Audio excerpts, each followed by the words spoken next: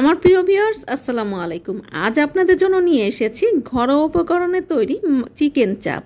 আর এই চিকেন চাপ এত বেশি মজার, এত বেশি জুসি, আপনি যদি একবার তৈরি করেন আপনার পরিবারের সবাই কিন্তু এটা চেটেপুটে খাবে আর আপনার প্রশংসা তো করবেই করবে। আর এর স্বাদ মুখে লেগে থাকবে। কারণ কি জানেন, চুমকির রান্নাঘর যেটা পারফেক্ট মনে করে সেটাই আপনাদের সাথে শেয়ার করে। কারণ চুমকির রান্নাঘর মানেই তো আপনাদের রান্নাঘর। তো চলেন এই রেসিপিটা আমি কিভাবে তৈরি করেছি খুব সহজভাবে আপনাদের জন্য স্টেপ বাই স্টেপ আপনাদের সাথে আমি শেয়ার করেছি। তো চলেন দেখে আসা যাক কিভাবে তৈরি করেছি। তো প্রথমেই দেখতে পাচ্ছেন আমি এখানে মশলা নিয়েছি, মানে আদা, পেঁয়াজ আর রসুনের পেস্ট নিয়েছি। এখানে আমি 2 টেবিল চামচ পরিমাণ পেঁয়াজ নিয়েছি আর আধা চামচ করে নিয়েছি আদা রসুনের পেস্ট। দিয়ে দিলাম গরম মশলার গুঁড়া 1 চা চামচ। গরম মশলার গুঁড়া দিলেও আমি এখানে দারচিনি আর এলাচের গুঁড়া 1 পিঞ্চ করে ব্যবহার করেছি। এতে করে এর যে অ্যারোমা এটা খুব বেশি আসবে। আর এখানে দিয়ে দিলাম আমি মরিচের গুঁড়া পরিমাণ মতো আর একটু ফুড কালার, যেন রঙটা একটু সুন্দর আসে। আর এটা একটু ঝাল ঝাল হবে, মরিচের গুঁড়াটা আপনি আপনার পছন্দ মতো দিবেন। আর এখানে নিয়ে নিলাম আমি ছোট একটা জায়ফলের অর্ধেক আর একটা জয়ত্রীর ফুল আর কিছু কালো গোলমরিচ এবং সাদা গোলমরিচ মিলিয়ে আধা চা চামচ নিয়েছি। এই রেসিপিগুলো আপনারা যখন ট্রাই করবেন তখন চেষ্টা করবেন যেন ফ্রেশ মশলাটা ব্যবহার করতে পারেন। এতে করে যেটা হবে, এর স্বাদ আর গন্ধ অনেক অনেক বেশি ভালো আসবে, আপনি নিজেই আশ্চর্য হয়ে যাবেন। আমরা অনেক সময় আগের মশলা দিয়ে এগুলো তৈরি করে থাকি। চেষ্টা করবেন একটু কষ্ট হলেও যে মশলাগুলো সাথেরটা সাথে তৈরি করে নিতে। আর একটু কষ্ট করলে কিন্তু এটার ফল কিন্তু অনেক বেশি ভালো আসবে, এটাই স্বাভাবিক। আর দিয়ে দিলাম আমি এখানে 2 টেবিল চামচ পরিমাণ লেবুর রস। এরপরে আমি একটা যে সসের মিনি প্যাকগুলো থাকে একটা মিনি প্যাক এখানে অ্যাড করে দিলাম। দেওয়ার পরে মোটামুটি একটু আমি এটাকে মিশিয়ে নিব। এরপরে আমি এখানে দিয়ে দিব সামান্য পরিমাণ হলুদের গুঁড়া। হলুদের গুঁড়া কিন্তু আমি এখানে একটু কমই ব্যবহার করেছি। এরপরে আমি এটাকে যেটা করব, খুব ভালো করে মিশিয়ে দিলাম। এবারে শাহি একটা ফ্লেভার আনার জন্য আমি এখানে 1 চা চামচ ভরে ভরে ঘি দিয়ে দিলাম। তো আমার এখানে প্রায় দেড় চা চামচ ঘি হবে, কারণ ঘিটা একটু জমানো ছিল। আমি একদম ভরে দিয়েছি, আর একটু গলানো হলে তাহলে 1.5 চা চামচ হবে। এরপরে আমি এখানে দিয়ে দিলাম লবণ। লবণটা দেওয়ার পরে আমি খুব ভালো করে মনের মাধুরী মিশিয়ে এটাকে মিশিয়ে নিব। এবারে আমি স্টেকগুলোকে নিয়ে নিব। আমি এই যে এরকম ছোট ছোট পিস করে নিয়েছি, আপনারা চাইলে আপনাদের পছন্দ মতো পিস করে নিতে পারেন।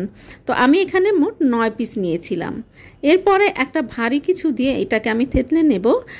তো এখানে আমি এটা যে কোনো একটা ভারী কিছু দিয়ে থেতলে নিয়েছি।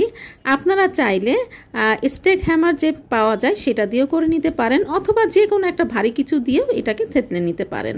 তো এই যে দেখতে পাচ্ছেন এমনভাবে থেতলে নিয়েছি যেন মশলাগুলো ভিতরে খুব ভালো করে ঢুকে যায় আর খেতে ভীষণ ভীষণ মজার হয়। এবারে আগে থেকে তৈরি করে রাখা মশলাগুলোর ভিতরে থেতলে নেওয়া স্টেকগুলো আমি দিয়ে দিব। দিয়ে দেওয়ার পরে খুব ভালো করে এগুলোকে আমি মেখে নিব।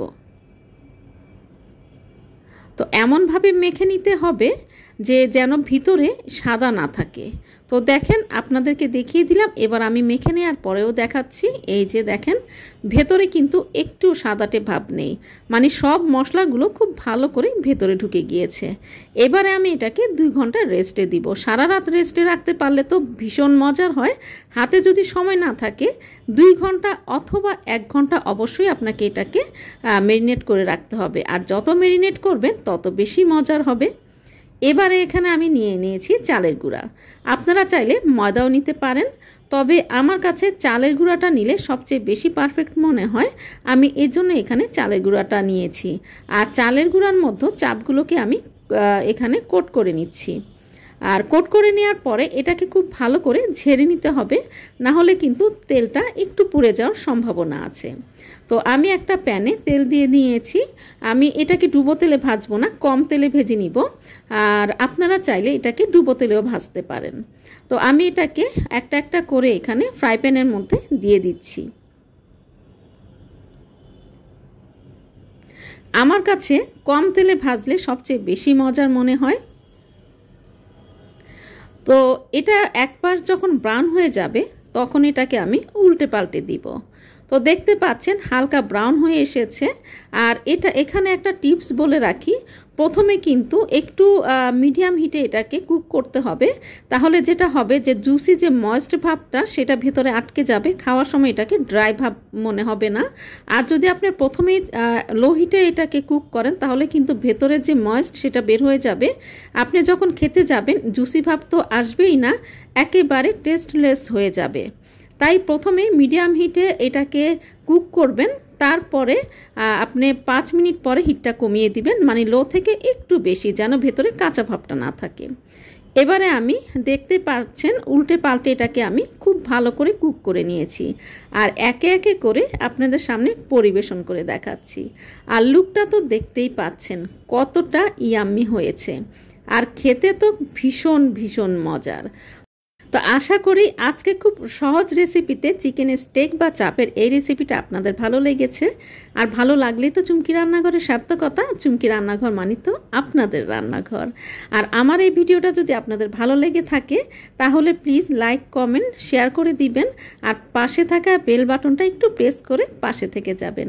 আর আপনি যদি ফেসবুক থেকে দেখে থাকেন তাহলে একটু ফলো দিয়ে পাশে থেকে যাবেন, এইটুকু অনুরোধ আপনাদের কাছে রইল। কারণ চুমকি রান্নাঘর মানে তো আপনাদের রান্নাঘর। মনের মাধুরী মিশিয়ে রান্না করবেন, নিজে খাবেন, প্রিয়জনকে খাওয়াবেন। সবাই ভালো থাকবেন, সুস্থ থাকবেন। আল্লাহ হাফেজ।